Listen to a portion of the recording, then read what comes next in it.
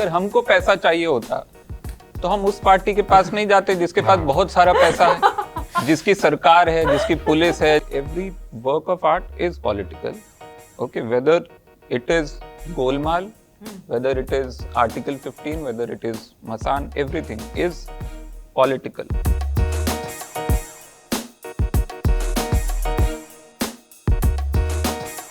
सबको हक होना चाहिए अपनी बात कहने का और अपनी बात न कहने का. We can't force, we should not force anybody to speak an opinion. Okay, हर एक इंसान ओपिनियन बना ही रहा होगा. जब आप मीडिया में आप न्यूज़ देख रहे हैं, हर तरफ वो न्यूज़ है, सो कोई ना कोई ओपिनियन आपने बना लिया होगा. उसके बाद जो बोल रहे हैं वो इसलिए बोल रहे हैं क्योंकि वो बोले बिना नहीं रह सकते हैं.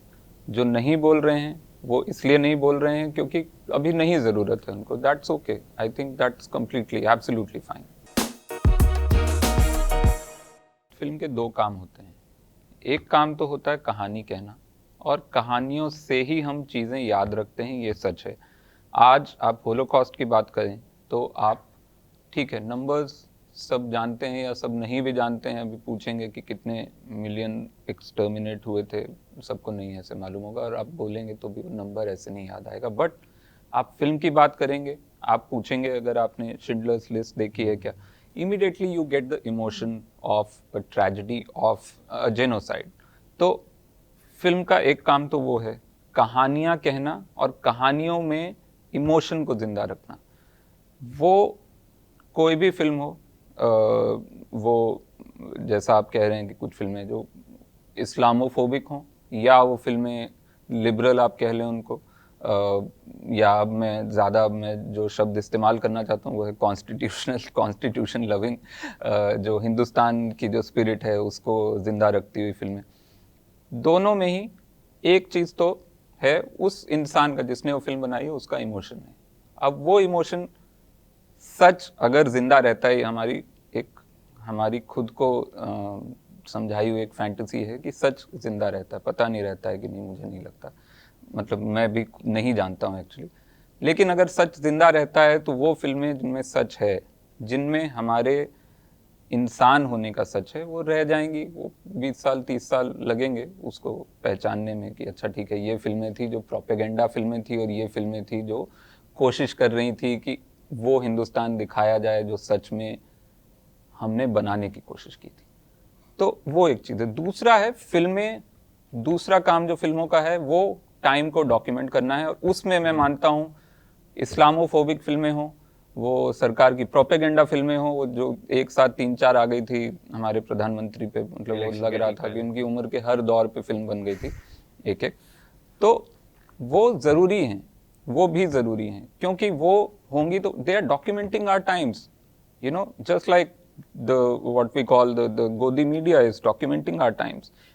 If an asteroid doesn't hit our planet and all the tapes completely, go extinct, आज नहीं 100 साल बाद कोई ना कोई ज़रूर देखेगा कि ये हाल था हिंदुस्तान का, और ये हुआ था जब ये देश का जो कॉन्स्टिट्यूशन ख़त्म होने से पहले हम इस हालत में थे. हम खड़े हुए थे एक चोटी के किनारे पे और कूदने के लिए तैयार थे, और पीछे से लोग चिल्ला रहे थे कूदो कूदो कूदो, और ये लोग चिल्ला रहे थे.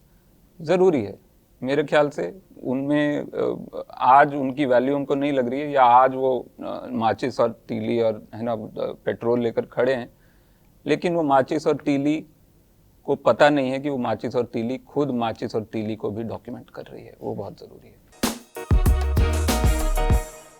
दोनों बातें, एक तो कांग्रेस के पास पैसा होता, दूसरा अगर हमको पैसा चाहिए होता तो हम उस पार्टी के पास नहीं जाते जिसके पास बहुत सारा पैसा है, जिसकी सरकार है, जिसकी पुलिस है, सब कुछ है. हम क्या मतलब, हम इतने भी, ठीक है, हम कम अकल हैं, इतने कम अकल कि हमको दिख भी ना रहा हो कि जो पार्टी आपका जो ये आया था इलेक्टोरल बॉन्ड, उसमें 95% पैसा उसके पास आ रहा है. फिर भी हम सोच रहे हैं अच्छा ये 5% वाला जो है ना वो देगा आपको, वो साला सही में वो अच्छा है.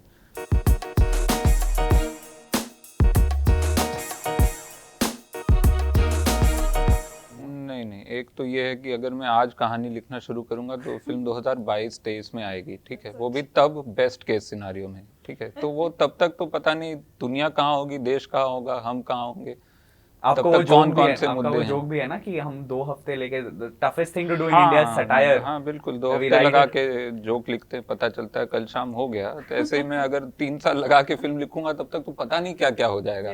मैं वो एवर बीइंग रिटन फिल्म होगी, फिर वो मैं जिंदगी भर लिखता इज द रहूंगा। Biggest criticism against Laila for example, the series that हाँ रिलीज ऑन हाँ हाँ नेटफ्लिक्स की आप 2049 क्या दिखा रहे हो, ये तो अभी हो रहा है। हाँ, वो तो है। लेकिन ये बात है कि मेरा दोस्त संजय रजूरा वो कहता है कि if you don't choose your politics will choose you. So there is what do you nothing mean? Like non political artist. That's okay, exactly.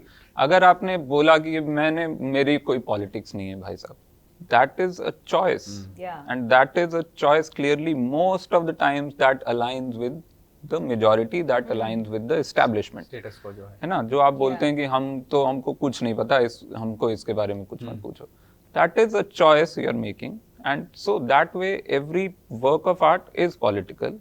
Okay, whether it is Golmaal, whether it is Article 15, whether it is Masan, everything is political।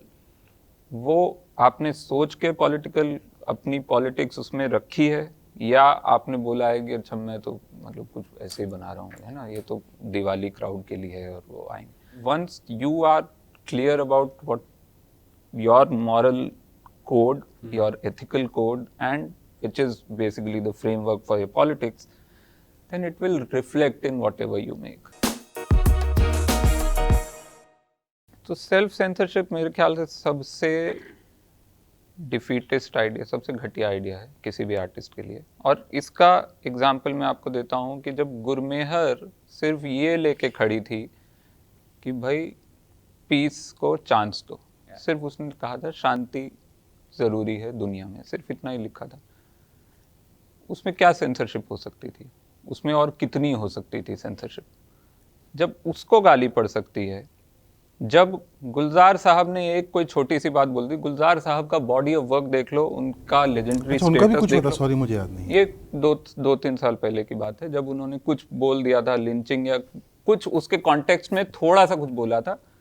भाई साहब पूरे Twitter के right wing Twitter पे गुलजार साहब की अच्छी अच्छी नज़्में निकाल निकाल के उसका मजाक बनाया जा रहा था कि ये क्या लिखा है, ये क्या है, इस आदमी को शायरी नहीं आती है। वो लिख रहा था पप्पू हार्डवेयर स्टोर का ओनर इंदौर का कि गुलजार को शायरी नहीं, तो फिर क्या सेंसरशिप आप करोगे, कहाँ कर सकते हो। सो एक ही तरीका है, आप भूल जाओ सेंसरशिप नाम की चीज़। सेंसरशिप करने के लिए वो अथॉरिटी हम क्यों करें।